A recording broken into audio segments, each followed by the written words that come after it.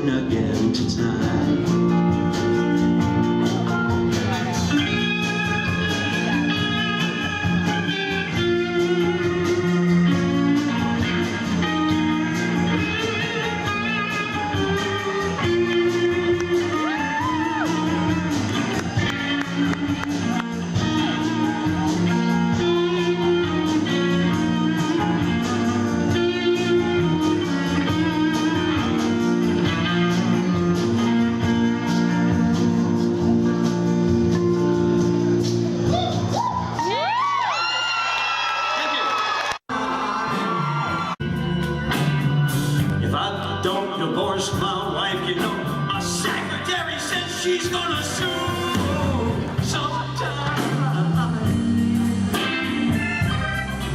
Even white boys get the blues. Can I get a witness?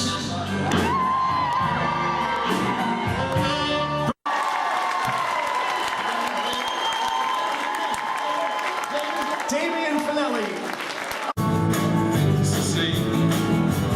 Talk out, let's have the talk.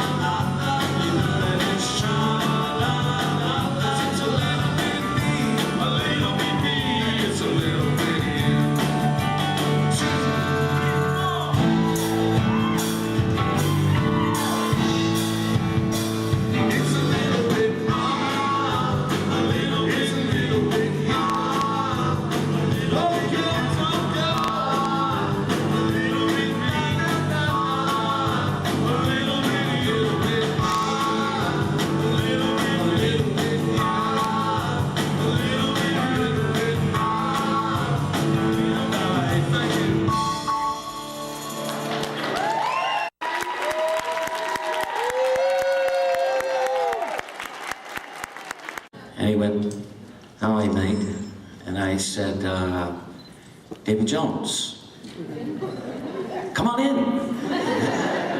So he was very calm, stay calm and ride. Yeah, keep calm and ride on. Sorry. He never rolled that one by me, by the way.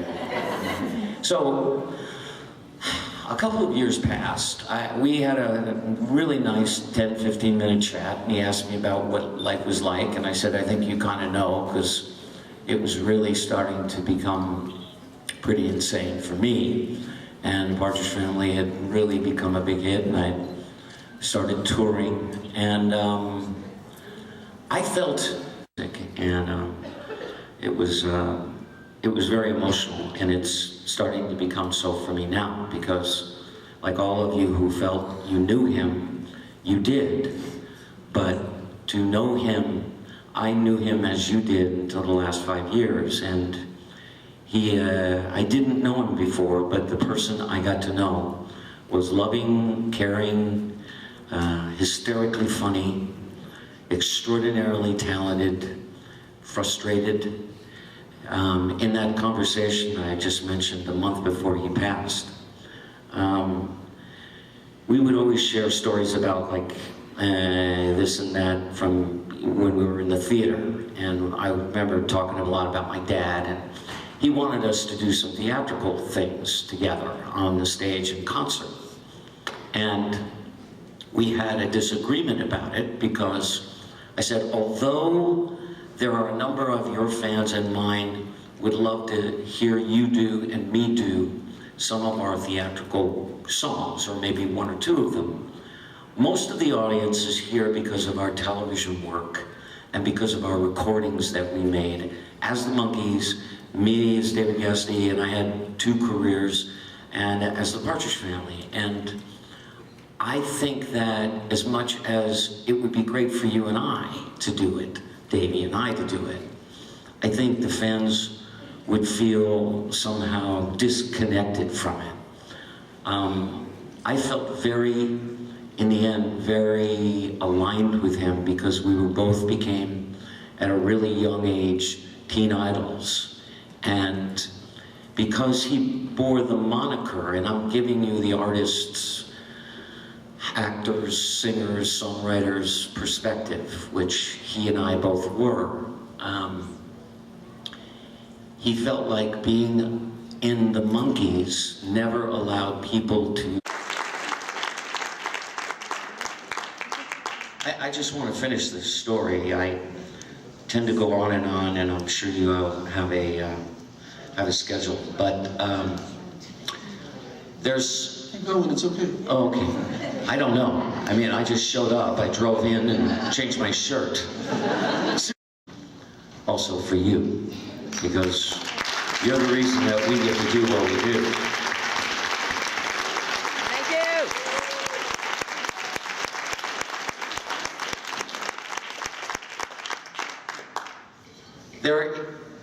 There is something in me now that feels connected to you through him, and now through Mickey.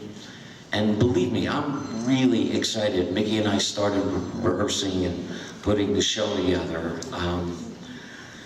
for March. And you know, the first time I had met Mickey once or twice back in the mid-late 70s, and I'd spent a little bit of time with him, not a lot. I mean, we were both at, you know, you know, you do. Awesome. Well, I'm not sure we'll go over this starched shirt, which is as wrinkle-free as I could get it in my suitcase. Let's do this. All of you guys get in here and do this with me. And if you want to take a photo, by all means do. We will be here for a few minutes and do this, and we'll move around. Oh, sorry, sweetie. Yeah. You know, I have to say this still. I know he's up there. Oh, God. I know he sees this and feels I know him well enough to know that all our conversations about being a father, being a parent, and being somebody who has matured and grown and felt like that's the most important thing in our lives. Man, thanks, buddy, for this moment. I appreciate that one for big time.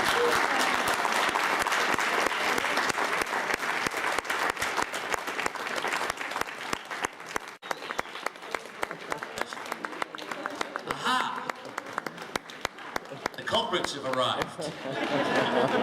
So, I was just discussing the first time you and I got together a couple months ago when we saw one another, and how cool it is that the journey continues, and what a fan I have been of yours for so long. My mom was a great fan of yours. Grandmother was wide open. I left myself wide open. Try and be genuine, try and be sincere, and the comedian comes up on the stage. I'm very excited about it too. As you probably all know, David and I and Peter Noon are going to be working together, doing some stuff. Peter has his own solo tour. And just a moment to also thank you, personally. Thank you for all coming up and showing up and showing your love and affection for, everybody, the Monkees and all of us, and of course for Davey. I really appreciate it. Thank you.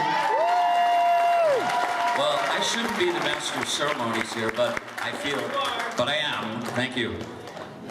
I want to tell you that because we have never really spent a moment talking to one another. We're already over the limit right now. I see. Another freaking comedian. Okay.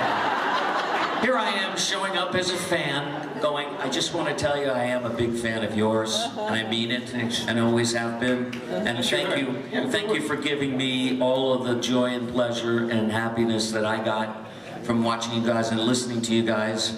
And I'm thrilled to be, well, thank you, Pete. Thank you very much. I appreciate it. Yeah. Anyway, God bless you all, and thank you for letting me come and share my stories with you, and for being able to share this with the girls, too. No, that's cool. Oh, Lord. And himself being frustrated because they considered themselves such serious actors, and perhaps things they were typecast in prevented them from being more than they could have been. You, however, theater, Pippin, Aida, everything, you've done West End, you've produced, you've acted, you've gone beyond that. How come that hasn't been as much of a stigma for you? Wow, what a good question. You got a couple days? I don't know the short answer to that. I don't know why. Well, maybe I do. I have been confronted with that problem myself. I mean, I have been up for roles, or somebody will suggest me, and the producer will say, no, we love him and he's great. We love his work, but he's not right for this or not right for that. It's a common problem, It is, I call it the Leonard Nimoy problem. And Leonard Nimoy being one of the greatest actors, Shakespearean. I mean, he was and is great actor. But when you achieve something so iconic, they also call it the Superman syndrome. When you achieve something and you create a character that is so iconic and just permeates the cultural landscape,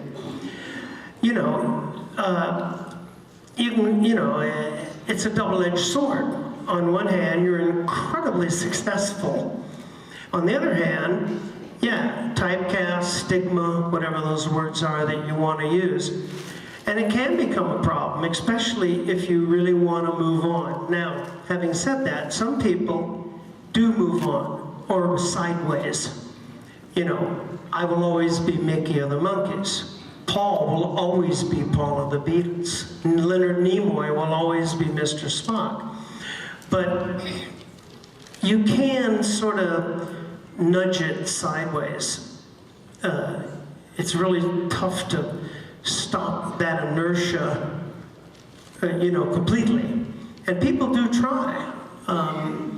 You know, they just try to stop the train, excuse the pun, but they just, the train being their career and their notoriety or whatever that they're well known for. And you see that all the time in concerts where the singer will say, I'm not singing any of my hits, I'm only doing my new material, for instance. And the audience is, you know, depending, will either, you know, get behind them or they'll get really pissed off.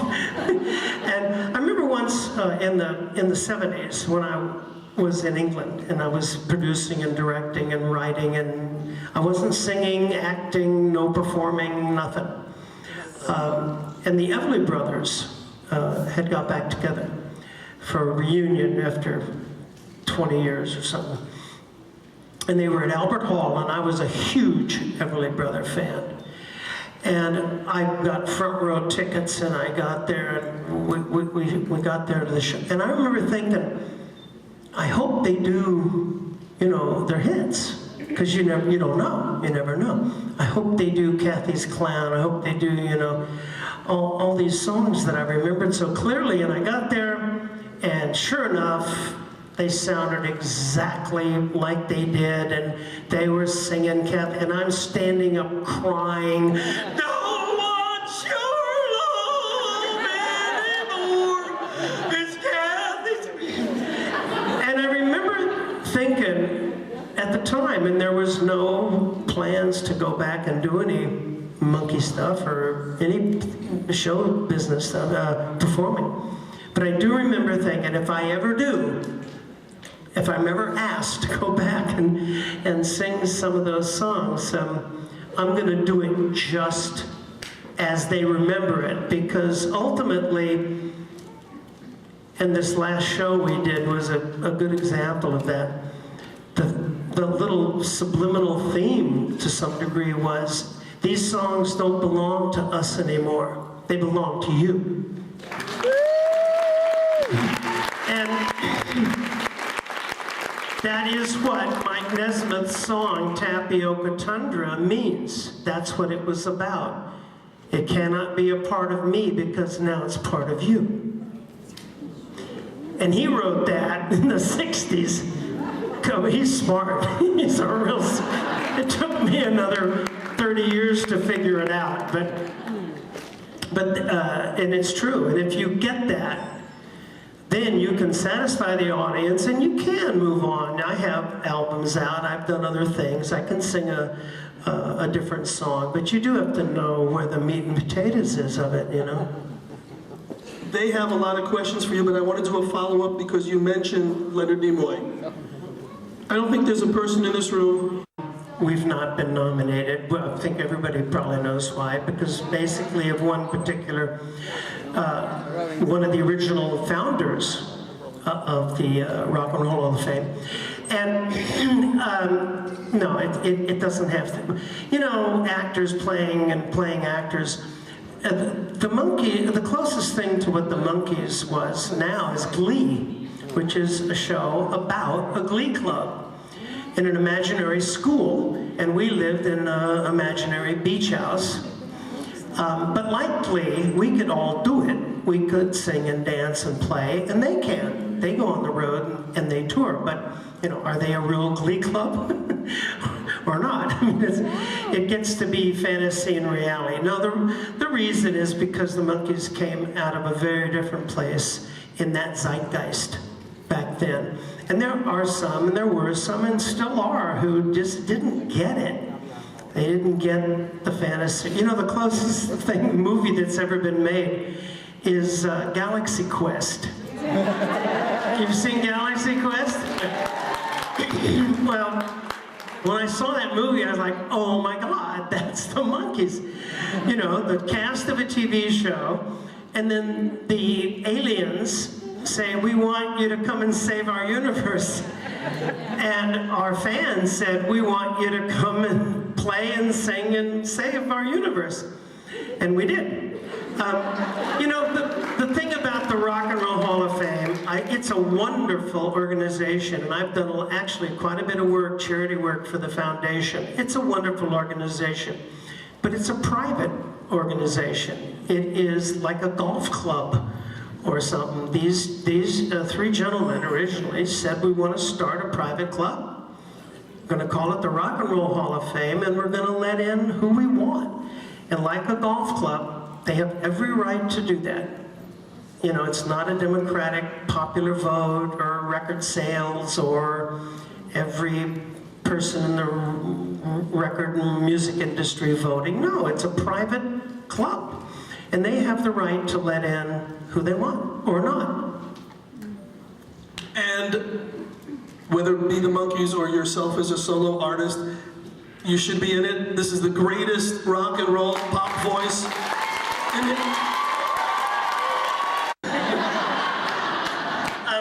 You know, there's always somebody that is inquiring, and it becomes, you know, an economic issue and a scheduling issue and a creative issue, and I mean, there's lots of, but I love, you know, I love being there. You know, as you probably know, I'm a huge Anglophile. I did Hairspray over there for the best part of a year or more, you know. And I was just offered another musical, but I couldn't do it because of scheduling. I was offered another musical over there, and I love doing musical theater, and I'm sure I'll be going back over there to do that. And you never know, we could be going back over, I could be going back over. There's no definite like date or plans right now, but there are people talking about it. He may be coming to auditions. Basically, and I'll be honest with you, David's the only other actor I remember from the auditions. You know, there was an awful lot of guys, you know, trying out for the show. And for some reason, right from the day one, the get-go, you know, when there was still 16 or, you know, 20, I don't remember how many guys still in the screen tests. It wasn't like American Idol. It was not at all. It was 2 o'clock in the afternoon on a sound stage with a bunch of sweaty electricians. But David and I just hit it off, and I think producers noticed that, because that's why they put us together in different configurations. I think also the fact that he'd done theater, he'd been on Broadway, he'd been a child star. I had done Circus Boy, I had been a child star, so there was a connection there, obviously. And right from the get-go, you know, we hit it off, and the timing and the comedy and the shtick and the stuff, you know. So anyway, are the girls here? Are they not here? Okay. Anyway, it's wonderful for all of you to be supporting this, and what can I say? You know, supporting the Monkees and me and David and everything for so many years. Some of you for you don't even want to know. And so many new fans, so many second and third generation. No accounting for taste. No, absolutely not. No, Mike, you know, he would have toured solo if he wanted to tour. He would have started a new group. He would have gone out and done all kinds of stuff.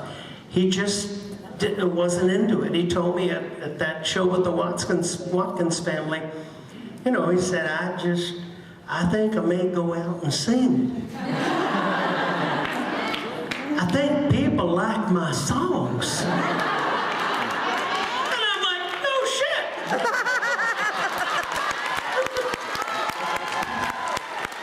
You know, so I can put that rumor to rest. You know, he would have been, if he'd have been out for the last 30 years with other bands and other groups and other shows and other touring, and he didn't want to go out with Peter and David and I, then, you know, it might be a different story, but he hasn't been out at all. You know, it's like we got Howard Hughes out of the apartment. Ladies and gentlemen, Mike Nesmith. No, just kidding. You're not going to fall for that twice, right? Sorry. Fred Les. Hi, Mickey. I was wondering when and where you were when you heard for the first time any of the Monkees singles, what it felt like when you heard yourself on the radio for the first time.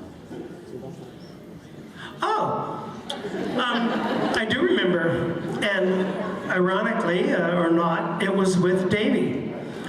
We had we were on our way home from filming, and we had rented, the two of us had rented, because we could afford to move out of my mother's house.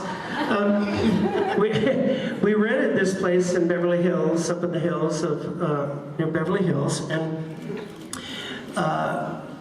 with John London, actually, Mike's friend from Texas, and the three of us and John's raccoon, we rented this little house, and we were driving home from filming that day. I guess 5, 6, 7 o'clock in the evening or something like that. And we knew that the record had been released, and KHJ, the big station in LA at the time, had been talking about the Monkee record premiering, you know, the Monkees' new single coming on at whatever, today. And just as we pulled into the driveway, Clarksville started with the big announcement about the Monkees in Clarksville. And I remember very clearly, we looked at each other like, yeah! Yeah, I do remember, that was the first time. So, Fred, hold off, please. So that was a great memory. We know where you were the first time you heard the Monkees record on. Where were you when you heard about Davey passing? Oh. Yeah, of course. I was in New York, and I was in New York rehearsing for a workshop for a new musical, as a matter of fact, that they were trying to sell. And it was my wife. She called me and said, "You're not going to believe it." And I didn't believe it. And then, of course, I turned on the news, and it's true. And I don't remember a whole lot about that week. You know, I had to do this workshop, but also there was a whirlwind of shows, you know, and I thought it was probably, I thought at first it was a hoax, and, you know, it happens, and but then obviously it wasn't, and then all of a sudden I'm doing Piers Morgan, and I'm doing this and that, and all these shows, and it was just a sort of a haze, you know, just a dull haze. You know, and like I say, even to this day, you know, I'm like, really? Yeah. Take care of yourself.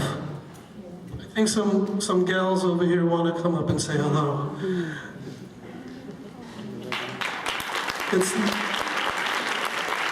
We never overdo it. We never overdo it. Let's bring the ladies up one more time.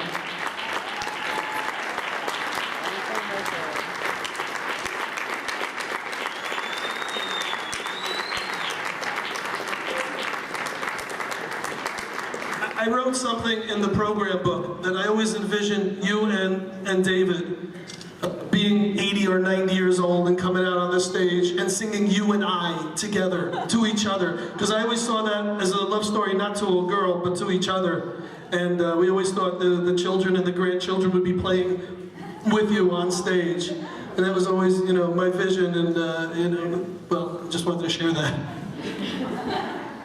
Are we going to have more questions, or are we? No, it's up to you guys. What do you guys want to? Have you?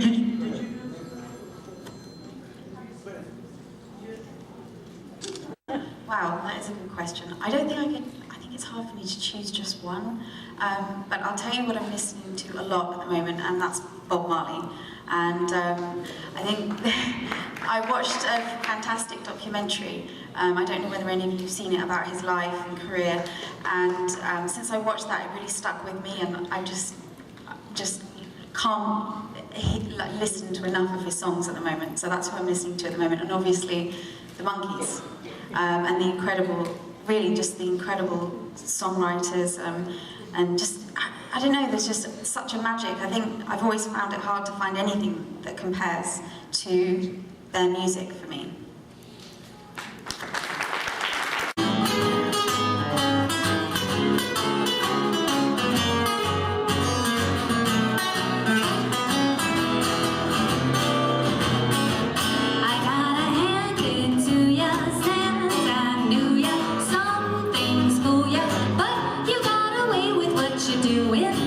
There's something to it, it's getting to me. Now baby, I can't name it, but you made it, bought and paid it. Seems I didn't figure you could hang on. How thought you'd go wrong, getting to me.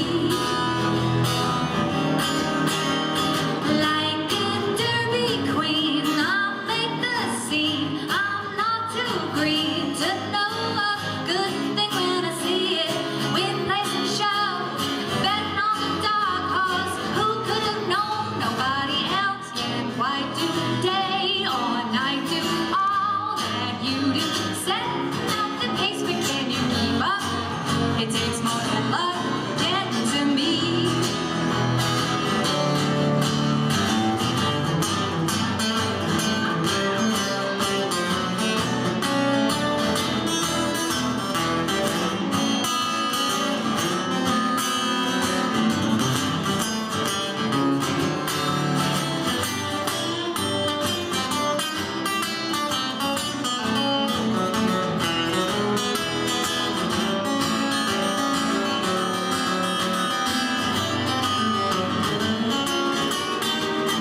Steady as she goes, 'cause heaven knows that I'm no rose. I'm trouble, but you bring the blue sky when I'm feeling rain. Striking like lightning, you don't want the pain. It's strange that I would want to ask a lot to spend the time to see what makes you special. Yes, I'm buying all that you're trying to get to me. I don't know what it is you think you're doing. I don't know who it is you think you're wooing. Magic that you're brewing, I don't see. I think you can see. Well, I could hit the highway wrong or right way, go my own way, but I kinda like it, hope that you keep it up, your little way up. You walk your wiggly tail through the love, that's getting to me.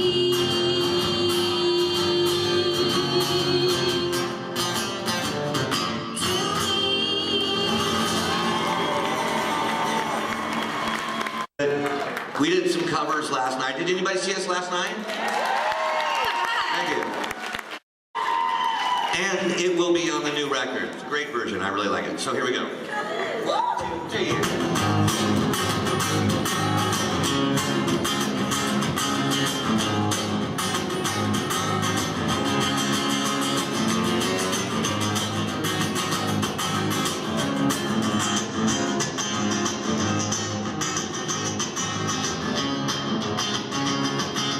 Me and my calico girlfriend, starting to set a new rule.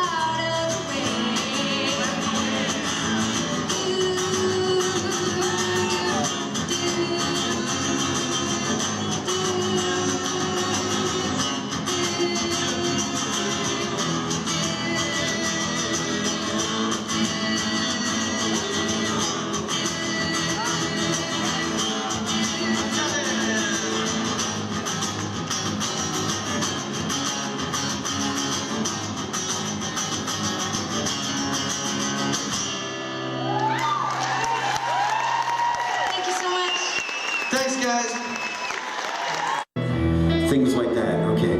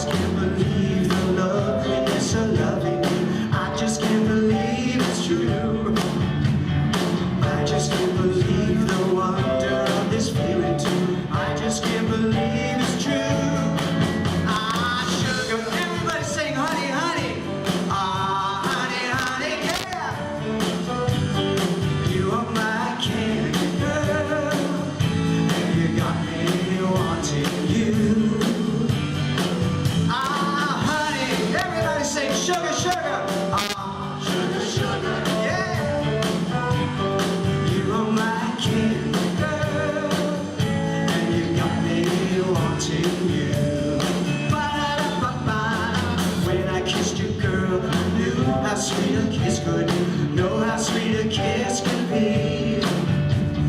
Like the summer sunshine, pour your sweetness over me, pour your sweetness over me. Oh, oh, oh, pour a little sugar on me, honey. Pour a little sugar on me, baby. Everybody, I'm gonna make your life so sweet. Yeah, yeah, yeah. Pour a little sugar on me. Oh, yeah. Pour a little sugar on me, honey. Pour a little sugar on me, baby. Everybody, I'm gonna make your life so sweet. Yeah, yeah, yeah. Pour a little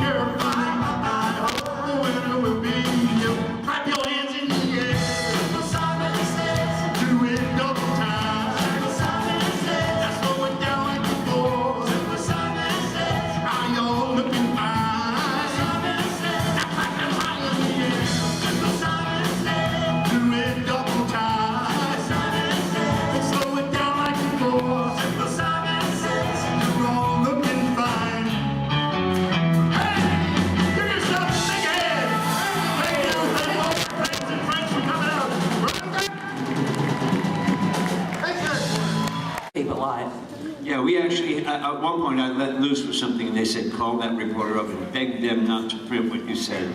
And I acceded, basically because I'm chicken with it. So, oh, Fred is doing the, okay. Hello. Peter, I just want to say that, like, Adam West could never be Batman, you know, William Shatner couldn't be Captain Kirk, but you guys, even when you started out as a TV show and became a band, my favorite two albums are Headquarters and Just Us. I just want to know your opinion of, like, how it felt to be actually be allowed finally, once you guys fucked up Donnie Kirshner, to actually become a band. Can you talk just a little slower? Sorry. It's not that I wanted more. Hi, Peter. I'm writing a book on the film work of Jack Nicholson. In love with Jack, artistically speaking, because Jack was bringing, you know, a real, hey, how you doing here? Brought that attitude, and you know, that was something special. It was an extra energy that we all liked. I mean, as soon as Jack arrived on the stage, Mike was going, hey, I'm talking to you now. Mike just went from Mike. There's a movie, a Danny Kaye movie called The Court Jester. And I finally showed that to my beloved partner, who kind of wants to keep it quiet, so we won't. But she said, when we were done watching the movie, she said, oh, now I see. Like, you know, the whole thing about Danny Kaye, it being suave one minute and just a total doofus the next. Well, I don't know about the suave part, but, you know, hey, I'm telling you, I'm seriously suavish. I'm a suave, I speak suavish. The utter buffoonery and the jokery and the production of the movie, it was just right up my alley. And the great scene, I don't know if you remember, there's a scene where these two guys are going to walk down the lists before they have a joust or a duel of some.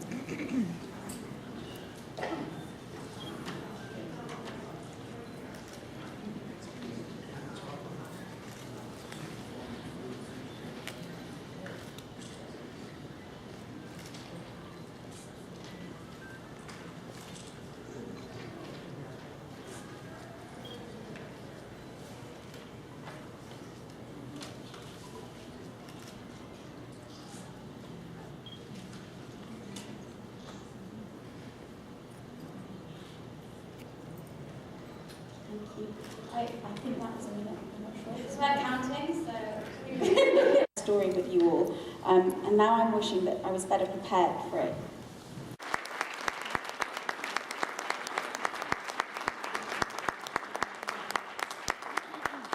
Both Peter and Nikki have been like uncles to us growing up, and we can't thank you enough, both of you, for being so incredibly supportive and stepping up like uncles do to be with us and surround us with love and support and care. It has been tremendous. Thank you.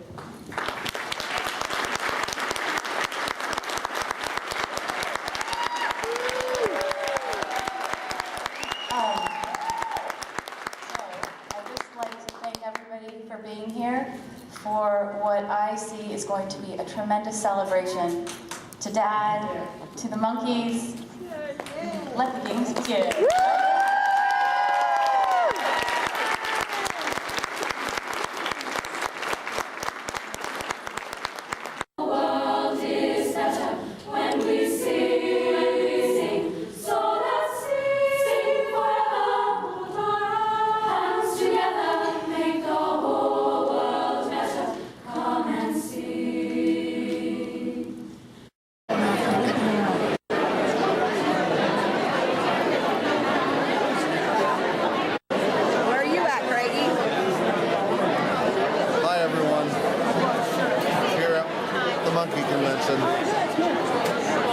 they would at least tell us that he's not going to be here after he's on stage. Someone took the name tags off and moved them out of the seats. They come back in and he takes them down to the seat. Put our shirts on there.